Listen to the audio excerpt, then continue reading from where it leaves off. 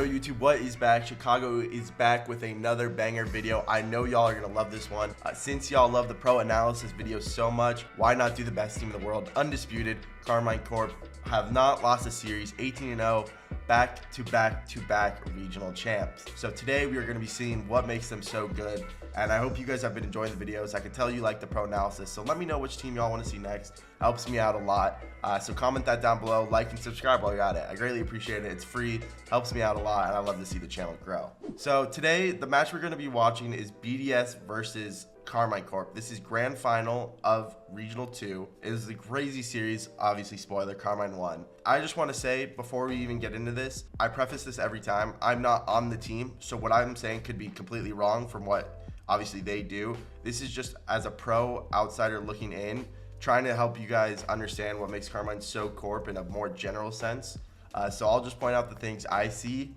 And yeah, we're going to start off with watching Vatira cam because a lot of people would say he's the best in the world, so why would we watch anyone else, right? Before we even start, that they've done, which has kind of changed the game a lot for almost every team in a lot of regions, is kickoff strategies. They've been doing a lot of kickoff strategies, and right off the rip, we can see this.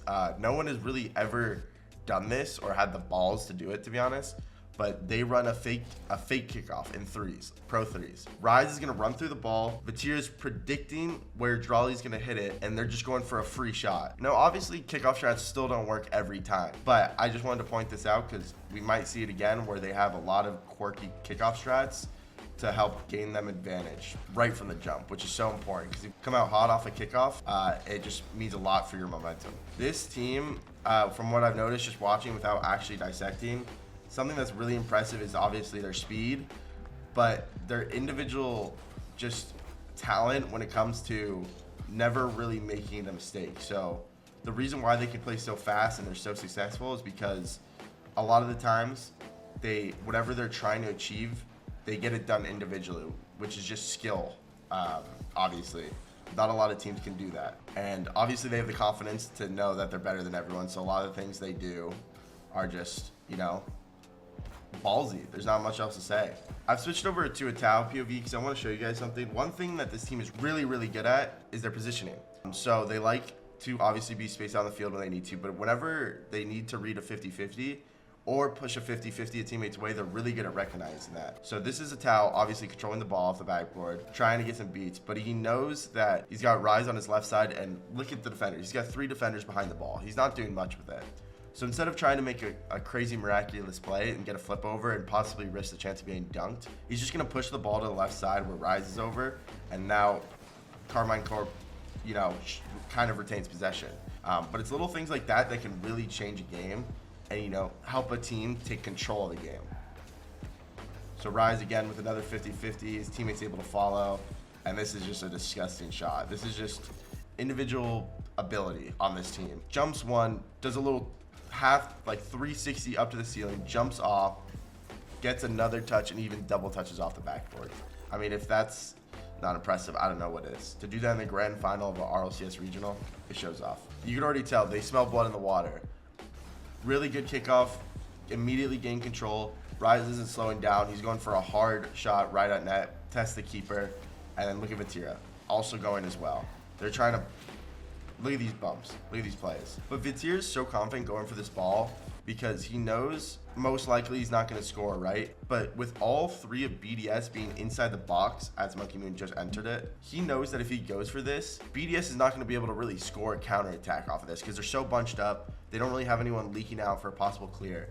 So there's not really too much of a risk going for this. And obviously he gets a really good 50 that leads right back to his teammate. He fully knowing went for this ball, knowing a Tau is going to be behind him, and most likely gonna have a free ball because all of BDS is just so stacked in that. And now this is just, again, this is just individual skill, IQ, whatever you want to call it. Gets this 50, right? But the immediate fact to land, before he's even landed, he's made up in his head, he needs to clear Exotic out of the net. A Tau reading this, as we can see, it's just such a smart play because the Tau is going to go for a backboard double. We saw it already. Why is he going to do it? There's no one on backboard. It's the easiest place to expose. It's a hard place for a defender to read. And since they're on the same wavelength and there's such good chemistry, as we go back to Vatira, Vatira knows the backboard guy in this situation is going to be Exotic. As we can see, Exotic driving up. So he clears him out. Now this demo is that's a really good demo. That's hard to do. And because of it, they're on the same wavelength. Atal honestly just doesn't put her home, but it's the perfect play, right? We'll watch it one more time. They attack BDS hard. They make him panic. Now they clear the net for the shot. Obviously just non-execution a little bit off, but that's the things you're gonna have to deal with 24/7 when playing Karmine. One thing that differentiates Karmine from G2 in my opinion is the off-ball game and the bumping prowess that Karmine has. All three of these players are not worried or have any doubts to go for bumps with their team. They'll let their teammates have the ball and not feel like they have to be so active. So they're able to make a lot of plays off ball, whether it's bumps, stealing boosts. And I think that's one thing that G2 doesn't have is really that off-ball pressure that they can give it, that Karmine can give a team. Because like right off the rip, let me show you. So this is a Taos ball to challenge, right? But he knows Exotic's just gonna panic clear it. He kind of has no other choice. So instead he's just gonna go for a bump. Monkey Moon does the same thing Exotic would do, just panic clear it. He's gonna go for a bump. And now look at BDS's defense. That one little fake challenge, run through, look for a bump has got BDS in a terrible defensive spot. And he comes back, gets the kill, removes one from the play. Karmine actually goes for a pass play, really good, but they just don't execute once again.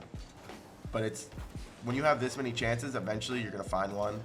And a team like Karmine, they're not gonna, constantly screw up the execution.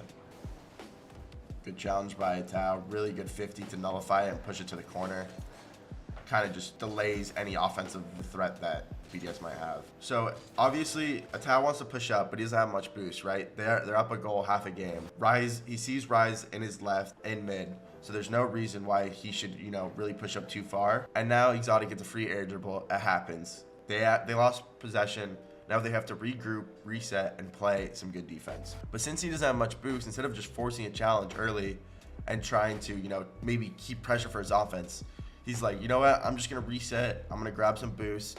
I'm gonna wait for Exotic to come down to the ground where I'll have a better chance of winning a successful challenge. So obviously he doesn't get the boost, but him waiting and being patient leads to a challenge that kind of stalls enough time for this to happen, Now his teammates were reset, they repositioned, everyone got boosts, and now they're able to attack. The same play we watched Vatira do, we've just seen Rise do, right? Let's go to Rise's POV. So Vatira, obviously this is just individual skill. The things they can do to threaten a team, crazy air dribble, almost leads to a goal. But Rise sees the triple BDS in the box, right, is what we'll call it. So he knows that he has the freedom to go for this, like Vatira did. Obviously, he's most likely not going to score, but whatever's going to happen, his teammates is going to get a free ball because of BDS's positioning. And what do we know? Atal, free air dribble, here come the bumps. Just so smart. We saw Atal not capitalize before, but like I said, he's not gonna miss many of these chances when the defense is scrambling when he has a free opportunity, right? So little air dribble, nothing special, gets a reset, must see. I mean, he made that so much harder than it needed to be, but it looked sick, right? That was dope. That was a dope shot. How this is able to come about is obviously the pressure that Vatira puts from that first air dribble, but just the execution of an off ball of removing players to make the net just basically bigger. So that way, if you're triple stacking a box, a team is like BDS. If they're triple stacking a box, you're never gonna be able to score.